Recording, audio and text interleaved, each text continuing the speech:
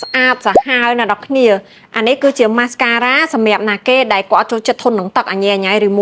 remove mascara អីគឺគាត់អាចប្រើពពួក Hemis ហ្នឹងហ្មងហើយមុខគេហ្នឹងគឺជាចេះnó មានតែសៃរុំភ្នែកទូទូចចឹងនៅពេលដែលយើងកាន់តែលាបគឺកាន់តែវែងហើយគឺកាន់តែក្រាស់ហ្មងមករុំភ្នែកខ្ញុំ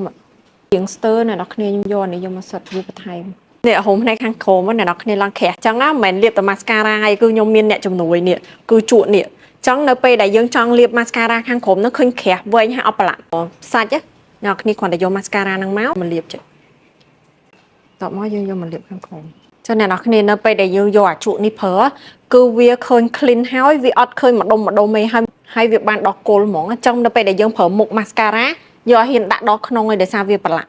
ភ្នែកយើងអញ្ចឹងប្រើជក់ហ្នឹងគឺស្រួលប្រើខ្លាំងមែនទៅរោមភ្នែកក្រាស់ឡើងដូចអ្នកមានរោមភ្នែកដោយសារតែខ្ញុំមកដល់នោះអត់សូវមានរោមភ្នែកទេអ្នកនរគ្នាតែលាបអា mascara ហ្នឹងជាមួយនឹងជក់ហ្នឹងហើយមករោមភ្នែកខ្ញុំចុះបើសិនជាអ្នកនរគ្នាត្រូវការអីគឺអាច inbox មកបានចុះវីដេអូមួយហ្នឹងគឺមានតែប៉ុណ្្នឹងទេអរគុណបាយបាយ